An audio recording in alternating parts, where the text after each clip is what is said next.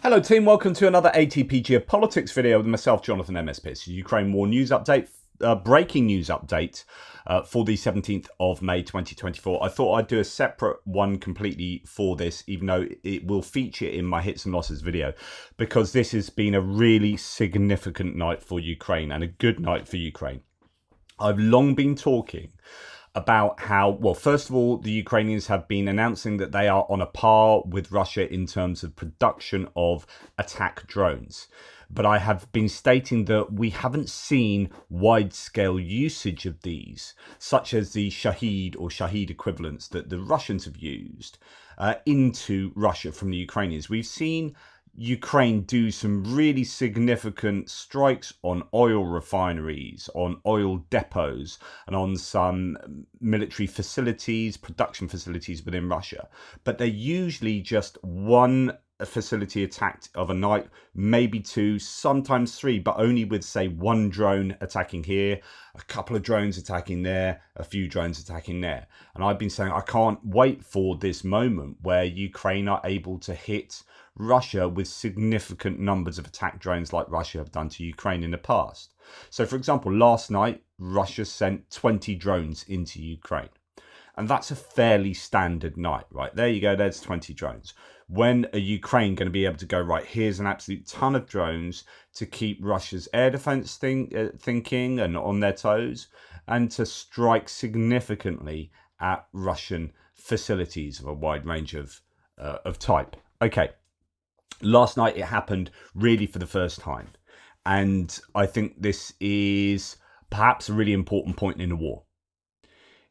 And I don't know whether I presume they've been stockpiling, right, these attack drones to do last night's attack. The question is, how often can they do these? We've looked at the Russians and seen like patterns in drone usage and work out what their production capabilities are. But if Ukraine are able to match Russia's attack drone production, and I imagine with the help of the West are surely able to surpass that. And they have so many different drone types that are coming online that I think you will be able to see this sort of attack from last night not fairly often, but more frequently than we see from the Russians. And here's the thing, with more effect. Russia is a huge country. It cannot defend adequately enough all the many sites within Russia that Ukraine could hit that would have utility for the Ukrainians. The Russians, like Ukraine is a big country, but there are only so many areas that the Russian drones can attack through. And as long as you have sensibly arranged air defenses, and we know that Ukraine is concentrating more and more on air defenses, and the interception rate for drones is exceptionally good and is improving. Where they're struggling with missiles due to interceptors and the Russian use of particular types of missiles, where the interception rate is going down for Russian missiles, it's going up for drones. And so we have a situation where Ukraine is better able to protect against drones than Russia is able to. And that appears to be going in both this direction for the Ukrainians, so they're getting better, and the Russians, I don't know. I wonder whether they're going to get worse. We haven't really tested it hugely, but I think their air defense capabilities are being degraded at the moment. So you look at what's happened in Crimea over the last week, and we've seen S-300 and S-400 batteries taken out and radars taken out. So it was no surprise that we saw Belbek Air Base get hit 2 nights in a row. And you wonder, why are you attacking the same place again the next night? Well, because you've taken out the air defenses the night before. So now the next night, there's still going to be useful things. It's not like they're going to get rid of everything. And that was hit the next night. And then the night after that, we've got a massive drone attack into Crimea. This is all connected. This is shaping. And then you're going to have F-16s turn up. And this is where I start getting a little bit positive. I don't want to get too carried away, but I start like piecing these things together. And you're thinking, right, there is a systematic approach here, and this is having good effect. And then last night, so the Russians sent 20 drones in to Ukraine, and all 20 drones were shot down. Okay, so that's a fairly typical night at the moment for the Ukrainians and Russians in terms of attacks into Ukraine. Now, Ukraine supposedly, and this is coming from the Russian authorities said they shot down 105 drones. So that's over 5 times what the Russians sent into Ukraine was sent out of Ukraine into Russia. Russians tend to lie about their success rate with drones. and Belbek Air Base 2 nights in a row. I mean, the claim was that they shot down all the ATACMS, and lo and behold, they lost a bunch of airframes and radars, and they didn't shoot down all the ATACMS. So we know that the Russians lie. So when they say they shot down 105 drones last night, they didn't. They just didn't. And we've got really good form for that. We've got good inductive reasoning to believe that they didn't. Okay, so then there are so many videos and whatnot coming out, filtering through at the moment. So Jane Kiev says the Russians are witnessing history in the early hours today as Ukraine is becoming a drone superpower. So Novorossiysk, Crimea, Belgorod, Kursk regions all hit in different ways. There are lots of videos of drones doing their things here and there and everywhere. Explosions and all sorts. I'm going to pause that, move on. Why can't I? Oh, this is going to keep playing, isn't it? I don't know why this stupid Twitter does that, but there you go. Okay, so lots of videos coming through. Russian Ministry of Defense reported that they shot down 95 drones. So 105, 95, 44 of them over Crimea, 51 over Kuban. So Kuban, I think, is going to be your Krasnodar region. So you've got the Black Sea, you got north of the Black Sea is Crimea, and then Crimea goes across Kerch Strait, and that's into Krasnodar, and that's where we saw a lot of activity for the other drones, such as Novorossiysk. So not only have we seen Sevastopol get hit in Crimea, which is the traditional seat of the Black Sea Fleet, or at least over the recent sort of 10 years, but also Novorossiysk, where the Black Sea Fleet has recently relocated. Okay. Dozens of drones attacked Novorossiysk, Tuapse, which is on the coast of the Black Sea, on that eastern coast, and Sevastopol. In Tuapse, an oil refinery caught fire after the attack. In Crimea, the Sevastopol substation was hit. So, yeah, those are some of the targets in those two places. Russian proxies reported that drones target Sevastopol in a third attack this week. Again, Belbek, Sevastopol, or as alongside Belbek, of course, there were other strikes in Crimea. And the thing about these strikes that the Ukrainians are doing at the moment is we're not actually getting the full report about what's going on. We're getting a fraction of a sense. We're getting a sense of what's going on, but it's a fraction of the reality. And I wonder whether there's far more damage being done to places like Crimea or any strikes onto the Russians. I wonder whether there's more damage being done that we're being led to believe. The Russians, as mentioned, keep saying they shoot everything down, but the reality is, I'm certain the reality is that more things are getting blown up than we might know about. So dozens of drones and naval drones targeted Sevastopol and nearby Balaklava in the early hours of May the 17th. And we know that the night before there were naval drones that were used as well, causing partial blackouts, according to the occupation authorities. So there are blackouts in Sevastopol, which means, well, probably things like substations were hit. So who knew? The effects of the drone attack on occupied Crimea are being felt. An electricity substation and pumping stations are disabled in Sevastopol, leaving many without power and water. Trolley buses are at a standstill too, because they rely on that power. So Crimea being really affected by last night's attacks, and that's without really knowing an awful lot about what has taken place. Okay. So at night and in the early morning, so things have still been going on just now. There was a massive drone attack on several regions of Russia, says Special Kherson Cat. The main targets were Novorossiysk, 330 kilometers from the front line, Tuapse, 430 kilometers from the front line. Novorossiysk was the first to be attacked at approximately 3:15 in the morning local time, and that continued for 2.5 hours. The local claim about 33 to 35 explosions in total. Of course, that can be explosions in the air, explosions on the ground. Approximately 15 minutes after after that, reports started to appear about a drone attack on Tuapse. The oil refinery was under attack. Now, if you are going to have decent, well-functioning air defenses anywhere, you are going to have it around Novorossiysk. So that is the new. Here, if you look at the left-hand map, you've got Crimea, Sea of Azov up there, Black Sea in the main down here, and then you have the port of Novorossiysk, where the Black Sea Fleet is, and then Tuapse further to the southeast. Now, Novorossiysk will have the very best air defense I'd imagine, in Russia, possibly outside of Moscow. I would have thought. I mean, that's where the Black Sea Fleet is now sort of hanging out. I can't think of very many places that should be better protected than that. Because they are waiting for a night like last night. So if there were drones shot down successfully, it should be in Novorossiysk. That's my guess. Approximately 15 minutes after that, Tuapse was attacked, which is further down the coast. A number of objects were targeted in the Novorossiysk area. Preliminarily, it's known that there were strikes on Grushenaya Balka oil depot, Gazprom oil depot in Kirillovka, and the Mazutny terminal of the port of Novorossiysk. So a number of places getting hit around that port. Videos of the drone attack on Novorossiysk. So there are plenty of videos, and some definitely got through. Like there's a burning oil depot there. There's burning things in a number of places. Exactly what I guess we shall see.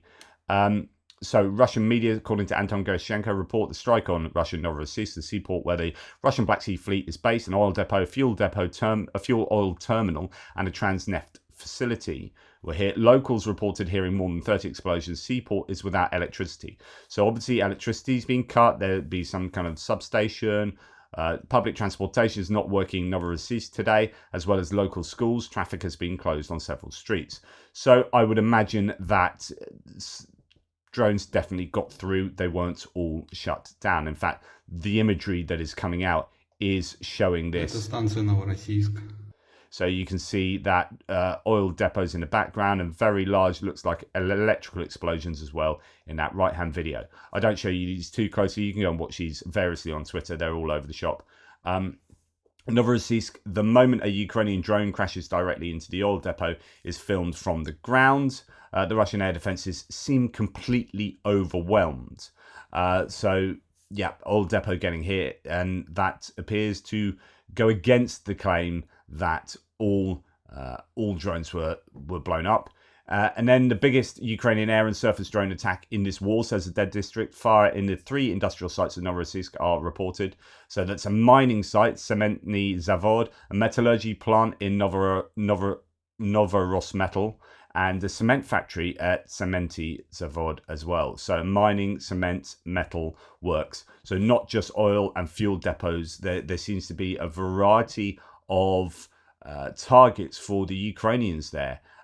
Significant. Now, how much damage is done to each of these? We'll have to wait to see. It could just be that you got small explosions at a mining facility might not cause too much damage, or it might do. I don't know. A grain terminal at Novorossiysk possibly targeted as well. We have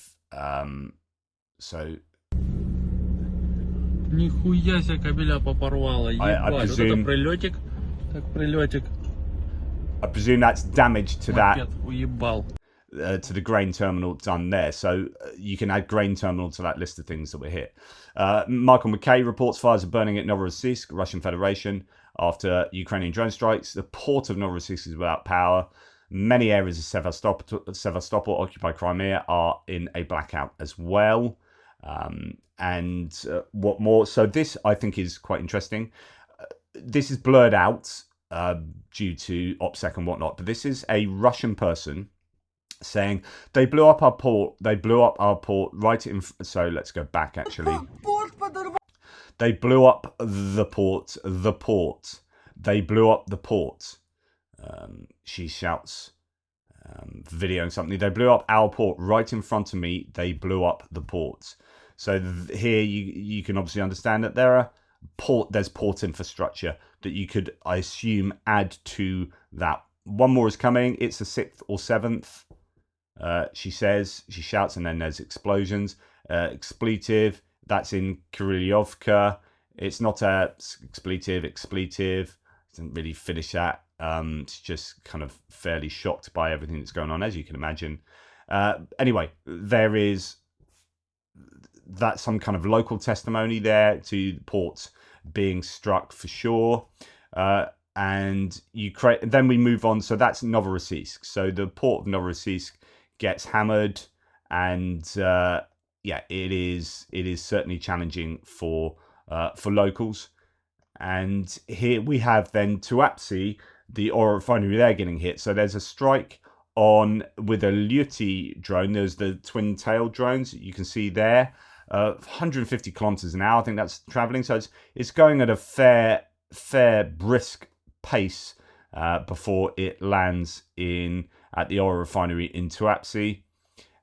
And then, so Ukrainian Luti long-range strike drones attacked oil refinery in Tuapse, Krasnodar Krai. And then you can see the explosion there. Then that causes the refinery to be on fire. And then there's another drone that strikes. And this is, I think this is a bit of a, I don't know, it's a lost opportunity there, because this drone, and I won't show it you anymore, so it's on fire here, and the drone appears to hit right where it's on fire, almost like it goes into the same explosion. And you'd think, well, why not hit like the cracking tower or whatever other bits of infrastructure? But it hits almost in the same place. So it might be that that was the main target, and they send several drones at their target at that in case, you know, some of them get, or most of them get shot down. You want at least one to get through to that one place, make sure that one place gets hit, and then that is hit. But then obviously if other drones aren't shot down, then multiple drones hit that same place. That could be what's happening. That's just my speculation there. I don't really know what I'm talking about, evidently. But that is Tuapse. So that refinery is hit further down the coast of the Black Sea. And then there's also evidence that Belgorod's been struck. So a gas station, petrol station, I believe, rather than some kind of refinery or anything. I think it's a petrol station properly on fire. There's actually better footage of it on fire than that. But Ukrainian drones also attacked Belgorod region overnight. Reportedly, a fuel station was hit. All sorts going on, and I'm sure much more detail will filter through as the day goes on. But I think this is I really do think this is a significant moment when you have a Ukrainian attack of that magnitude, and you're thinking, this isn't the last you'll see like this. This is just the beginning. Like I've mentioned, we've seen individual refineries get hit with the odd one or two drones here, and that's caused enough problem. Well, if you're doing 105 drones like that, when you could do that much damage, you could take out 14% of the Russian oil refining capacity with a tenth of the drones that were shot, you know, just on individual nights, with a tenth of the drones that were shot last night. Now you're doing 10 times that in one night. I mean, think about what the potential is for the Ukrainians here. This, I think, will cause the Russians to majorly panic. I presume you're going to get some retribution for this. It'll be interesting to see what's announced throughout the day by the Russians, or they just sink it and ignore it as if it's business as usual and keep the information flow very, very small, so their own public don't really know what's going on, as in up in Moscow and St. Petersburg. Obviously people in these local areas will, and that will spread like wildfire online. But it'd be interesting to see which way the Russians react to this. But I'm fairly sure there'll be some missiles being fired today or tonight, or fairly soon after this from the Russians. Anyway, that's enough from me. That's your breaking news update, and I'll keep you posted throughout the day.